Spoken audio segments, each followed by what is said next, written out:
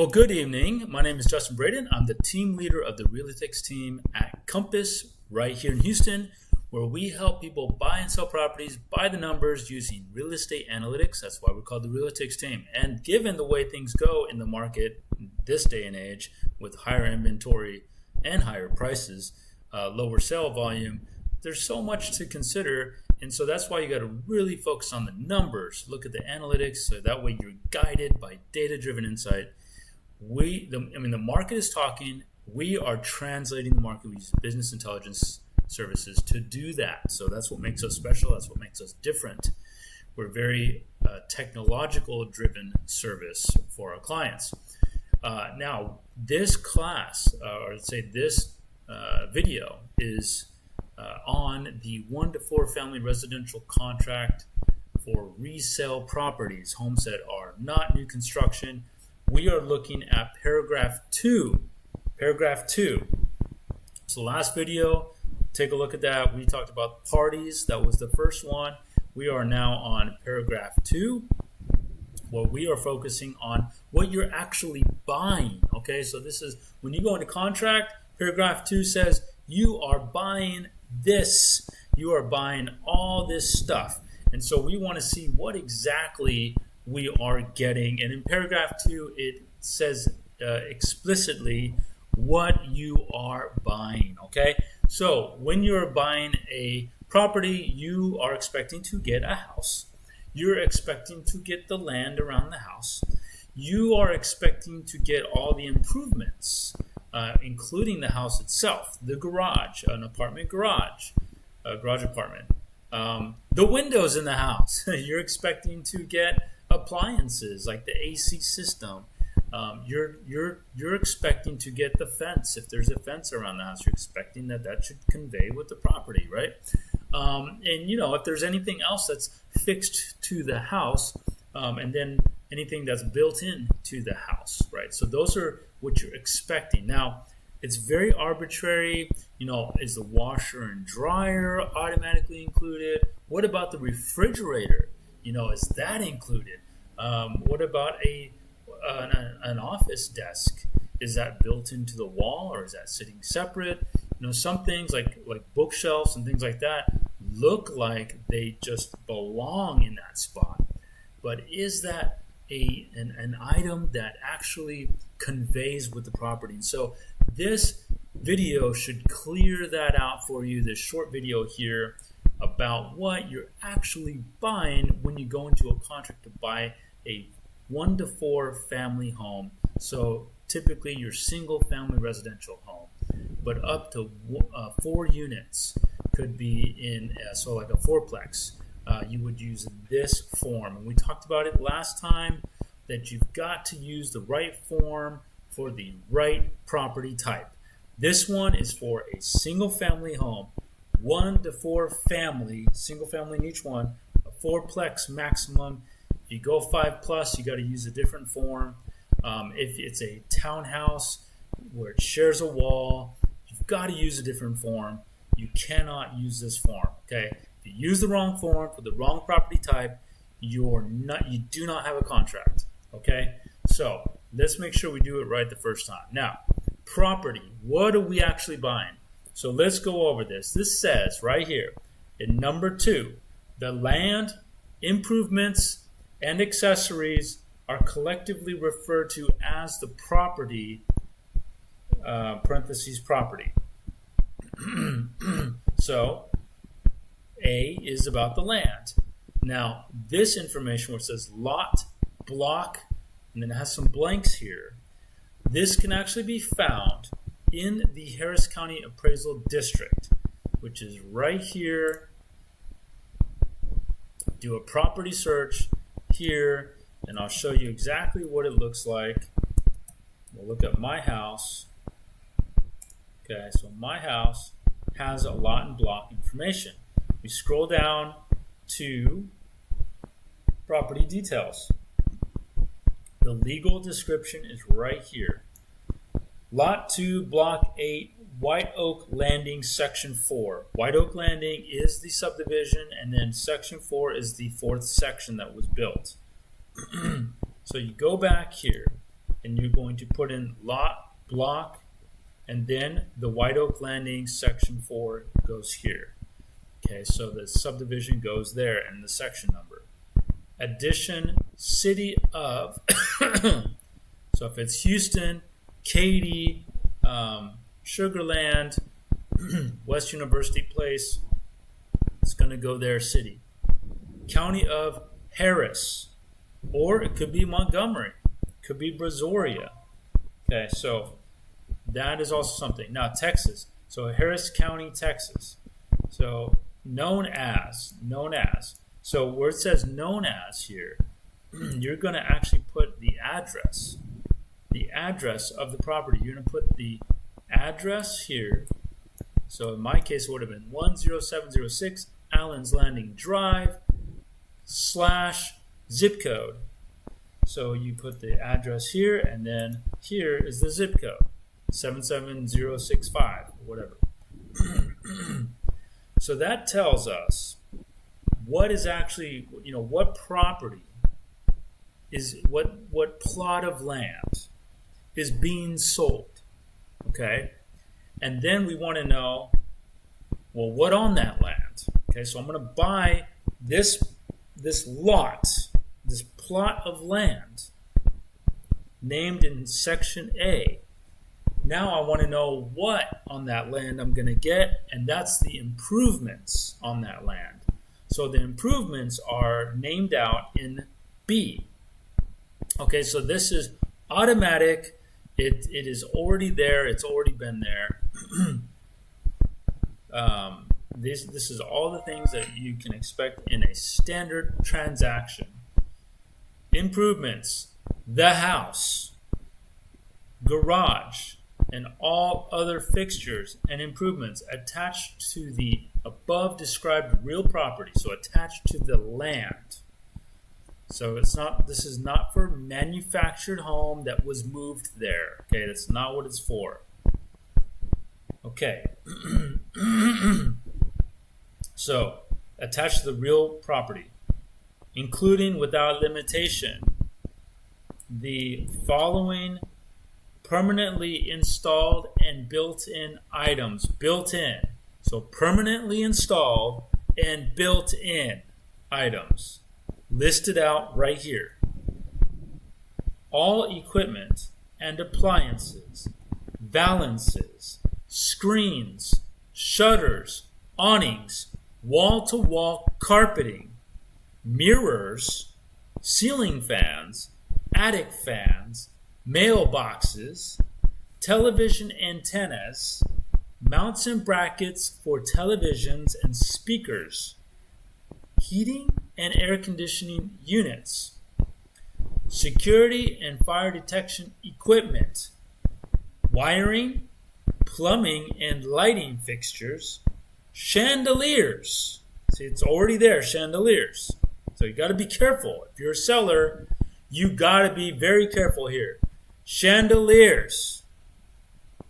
That means if you got a 15,000 chandelier hanging in the dining room that you want to take with you, you got to exclude it because it's already in the contract. You got to make it's an exclusion, okay? So you've got to exclude it. It's already in there. Chandeliers, water softener system, same thing. If you're going to take it with you, some people, they lease water softener systems, so they could take it with them. So that is another thing. Kitchen equipment, and that would be like, it's equipment that is necessary for the equipment, for the kitchen equipment, for the kitchen appliances that are in place.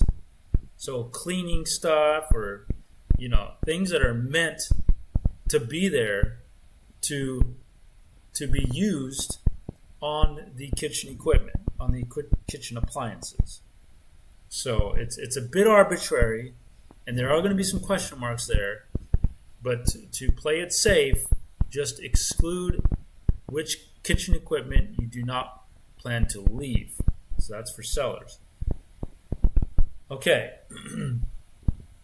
So kitchen equipment, we got garage door openers, cleaning equipment, shrubbery, landscaping, outdoor cooking equipment, and all other property attached to the above described real property. You see, so they tried to cover all bases with this paragraph as far as improvements and then equipment that is used essentially. So, for example, it says what kitchen equipment. We were on that, right? So that's the appliances, right? So that's the oven. Okay. So if you're wondering if the oven's included, it's included. Okay. Kitchen equipment would be like the oven. Okay. Outdoor cooking equipment. That would be like an outdoor grill that's built in. Remember, improvements are says permanently installed and built-in items. So when it says equipment, it's got to be things that are built in, permanently installed and built in. So the oven is considered one of those items because it's permanently. It's not, well, you could unplug it, but it is essentially is built into the space. Right, so it's built into the space with a hood vent above it. So, but when it comes to like a refrigerator, so refrigerator does not count as kitchen equipment because a refrigerator is not necessarily built in. Now, if the refrigerator has paneling that matches the cabinetry around it, then that would qualify it as a built-in. And in that case, the refrigerator is included. But if it's just one you can buy at Best Buy and slide in there on a Saturday, that's not going to qualify. And then so garage, outdoor cooking equipment is going to be like that outdoor grill that's built into the countertop of the summer kitchen, for example. Okay, so that's what that's talking about. Now, because some of these things are not necessarily built in, but they belong to the built-in items, which is what I alluded to a few minutes ago, those are actually called accessories. So accessories is the following described related accessories, if any. So window air conditioning units, stove, fireplace screens, curtains and rods, blinds, window shades, draperies and rods. So again, guys, if you want to keep your draperies and rods, then you've got to exclude them because otherwise they are supposed to be conveying with the sale. Door keys, mailbox keys, above ground pool, swimming pool equipment, and maintenance accessories. That would be like the net that you swoop through there and all that. You've got to leave that. Artificial fireplace logs. You can't just reach into there and pull those fireplace logs out and take them with you. Those actually got to stay there. Security systems that are not fixtures and controls for garage doors, entry gates, and other improvements and accessories. Controls includes seller's transferable rights to the software and applications used to access and control improvements or accessories, and hardware used solely to control improvements or accessories. So the seller should not be walking away from the closing table having mailbox keys. He should not have even the transferable rights. So if he's got an application that accesses controls to the house because it's a smart house, right? He's got to give the password information and the means to transfer it. Okay, so it all has to be he cannot leave the new buyer high and dry on like, what do I do with the camera system? The cameras on the house. Like, cannot have that. Okay, so this is saying that the seller will not leave you high and dry. You will have access to any equipment that's in the house, including security systems, including the entry gates, including the rain bird, that irrigation control, things like that. So you will not be lost when you move in. So a lot of times when you do a walkthrough, that's when you can have your introduction to all these things, and the seller will actually meet you at the house and show you how to control and access and do all this stuff with the equipment that exists there. So this is very important. It's very important to know what stays with the house and what goes with the seller. Okay. So then we've got exclusions. So that's where you're going to actually list out things that you want to keep as the seller, things that you're going to hold on to. So like there's a chandelier, you're going to take it. If the refrigerator is technically built in to the shelving, and you want to take that, then you're going to say, I'm going to take that. So that's got to be excluded. Okay, so any improvements, any accessories. You want to keep anything, you got to say it. So it says here, the following improvements and accessories will be retained by seller and must be removed prior to delivery of possession. And possession occurs on or before the close date, at closing, and funding.